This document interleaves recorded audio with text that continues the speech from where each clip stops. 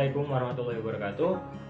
Selamat pagi anak-anakku, siswa-siswi SMA Negeri 4 Pekalongan, baik MIPA ataupun IPS. Perkenalkan, nama saya Muhammad Agus Hidayatullah. Kalian bisa panggil saya Pak Agus. Itu ya.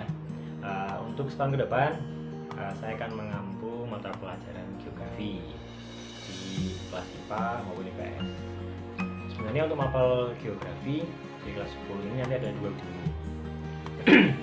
Sebagian masuk ke saya, sebagian nanti diampu oleh Pak Fauzi. Gitu. Ini nanti kalau ada kelasnya yang berbeda, kok gurunya beda, ya seperti itu, bagian dari sekolahnya. Tapi nggak apa-apa, intinya semuanya sama. Untuk mata pelajaran geografi baik saya atau Pak Fauzi, materi itu juga sama. Insya Allah saya akan membimbing kalian dalam satu tahun ke depan, mencoba membantu kalian agar kalian bisa memahami sedikit demi sedikit tentang materi-materi di dalam mata pelajaran geografi. Itu ya, cukup untuk perkenalannya. Oh ya, untuk 1 tahun ke depan kita menggunakan LKS. LKS sudah bisa dibeli di koperasi siswa di sekolah. Nanti langsung ke sana biar mobil LKS geografi ataupun LKS yang lain. Nanti langsung dibeli sama masnya di sana. Gitu. Oh ya, aku sekarang kan masih dalam masa pandemi corona. Walaupun kita sudah memasuki era new normal, tapi kita tetap hati-hati. Kita harus tetap menjalankan protokol kesehatan yang sudah dianjurkan oleh pemerintah. Tetap berusaha di rumah saja. Makanya dari pemerintah pun belum bisa membuka untuk kegiatan pembelajaran di sekolah. Pembelajaran masih menggunakan daring, masih menggunakan internet. Jadi berusahalah lebih giat lagi, berusaha lebih keras lagi, karena kita tidak bisa bertemu langsung. Tetapi saya akan berusaha semaksimal mungkin. Semoga yang saya jelaskan walaupun melalui internet bisa dipahami dengan mudah oleh kalian. Dan jangan lupa kalau keluar rumah pakai masker, kalau bisa bawa hand sanitizer pribadi, terus tetap waspada, jangan takut tapi tetap waspada aja. Ya, oke anak-anakku, saya berharap kita bisa segera berjumpa tatap muka langsung agar kita lebih mudah untuk bisa bertukar pikiran. Kalian kalau ingin bertanya bisa langsung, saya bisa langsung menjawab juga, seperti itu. Oke, cukup untuk pembukaannya. Selanjutnya kita akan masuk ke materi yang pertama. Materi bab pertama untuk mata pelajaran geografi di kelas 10 ini adalah dasar-dasar geografi. Seperti itu. Setelah ini saya akan memberikan sedikit gambar PowerPoint kepada kalian agar kalian lebih mudah untuk memahaminya. Nanti kalau ada pertanyaan, ada yang kurang paham, ada kritik, saran ataupun yang lainnya, bisa disampaikan melalui chat di dalam aplikasi Microsoft Teams. Seperti itu ya. Oke, langsung saja kita mulai. Oke, jadi untuk pembelajaran geografi di SMA itu berbeda dengan yang di SMP ya. Kalau di SMP itu kan kalian geografinya bergabung dengan ekonomi dan sosiologi ya, mapel IPS. Tapi kalau di SMA mapelnya sudah berdiri sendiri. Jadi ekonomi sendiri, geografi sendiri, sosiologi sendiri. Gurunya pun sudah sendiri-sendiri. Jadi nanti kalian tidak akan menemui mapel IPS lagi, tapi sudah berpisah. Geografi, sosiologi, dan ekonomi sudah berpisah, sudah nggak gabung lagi, seperti itu ya. Seperti itu. Oke, untuk geografi sendiri terdiri dari 2 suku kata ya, geo dan grafi. Geo yang berarti bumi, dan grafi ada yang menuliskan tulisan menjelaskan, atau sebagian buku menjelaskan bahwa grafi itu adalah gambaran. Menurut Eratosthenes, geografi merupakan penulisan atau penggambaran mengenai bentuk muka bumi.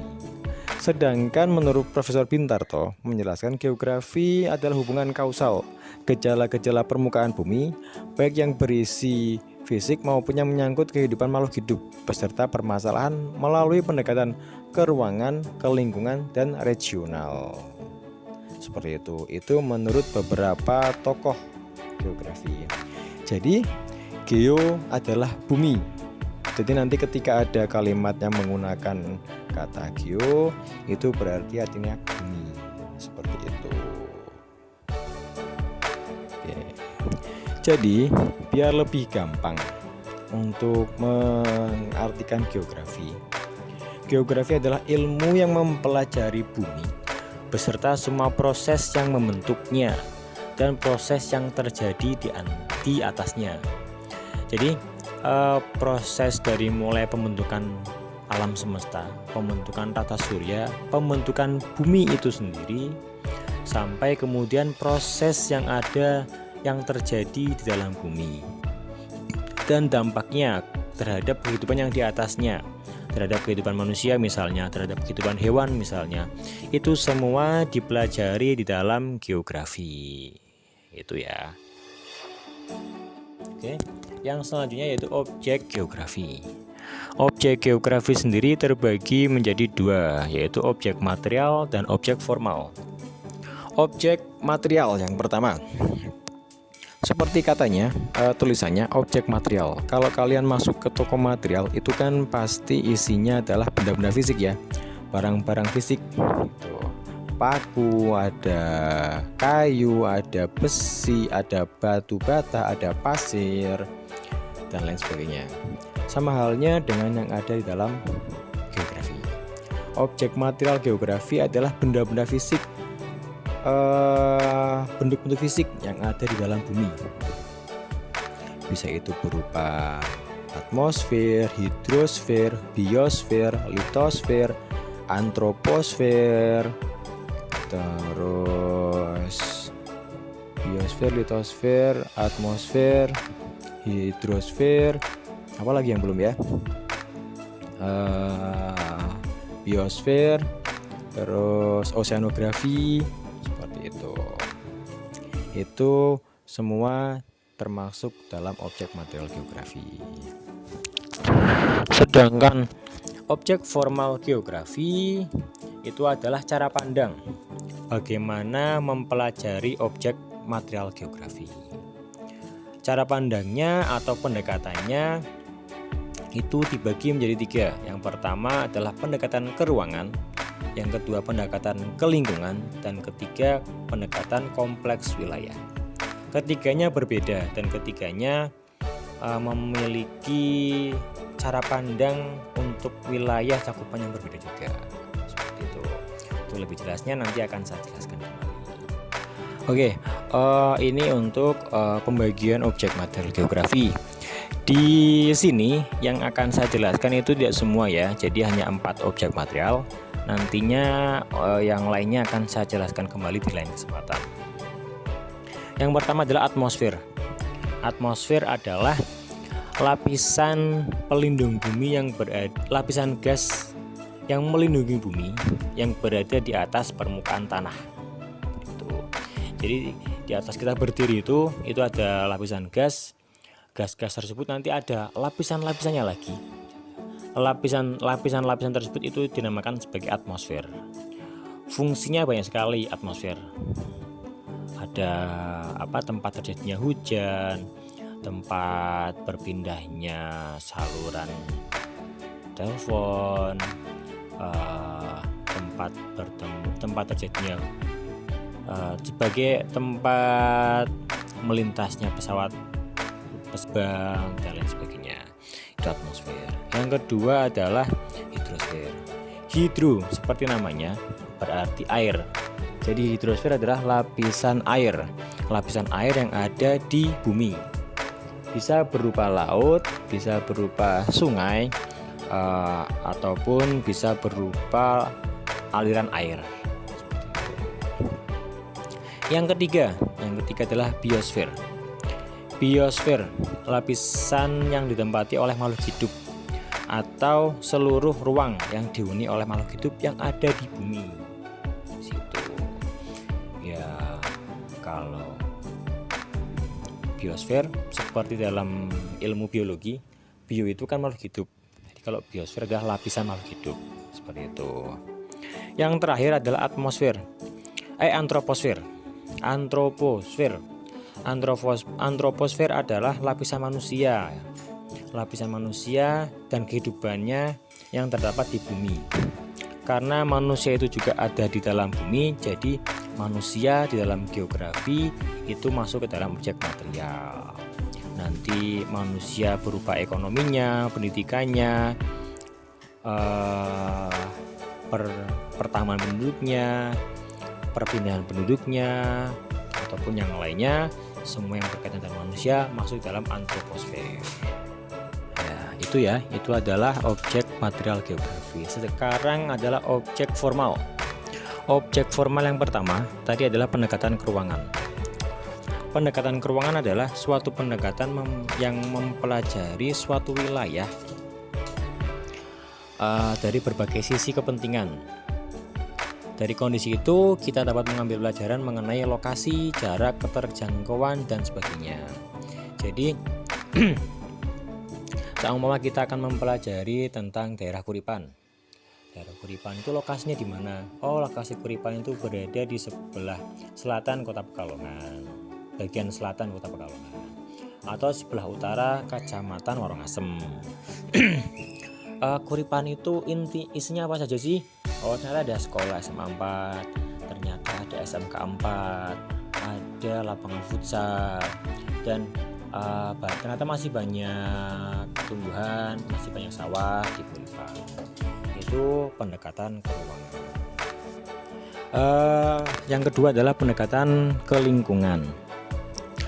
Pendekatan ini mengkaji suatu tempat atau ruangan berkaitan dengan kondisi dan komponen-komponen yang berada dalam suatu kesatuan wilayah. Komponen tersebut terbagi menjadi dua, komponen biotik dan abiotik. Contohnya adalah kalau di sini keterkaitan antara nelayan dan lautan. Bahwa nelayan itu sebagai komponen biotik membutuhkan komponen abiotik. Komponen abiotik di sini adalah lautan. Nelayan memerlukan lautan sebagai mata pencarian mereka, sebagai tempat kerja mereka. Atau contohnya bagaimana terjadinya banjir di suatu wilayah. Terjadinya banjir di suatu wilayah ini dipengaruhi oleh komponen biotik, yaitu manusia, dan komponen abiotik yang terpengaruh dari adanya perlakuan dari komponen biotik. Komponen biotik tadi manusia, mungkin mereka membuang sampah sembarangan, tidak menjaga aliran airnya dengan baik, tidak membuat sebuah saluran air yang berjalan dengan normal. Akhirnya aliran air di daerah tersebut tersumbat, dan kemudian air yang terjadi hujan yang ada di daerah tersebut meluap airnya. Oke, yang terakhir adalah pendekatan kompleks wilayah. Seperti namanya, kompleks wilayah. Pendekatan ini mengkaji kesamaan serta perbedaan dalam suatu wilayah dengan ciri khasnya masing-masing. Jadi bagaimana satu wilayah dengan wilayah yang lain itu mereka berhubungan.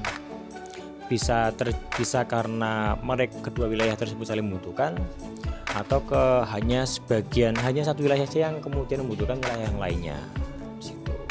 Contohnya di sini adalah wilayah yang terjadi kekeringan air membutuhkan wilayah yang airnya cukup, seperti itu.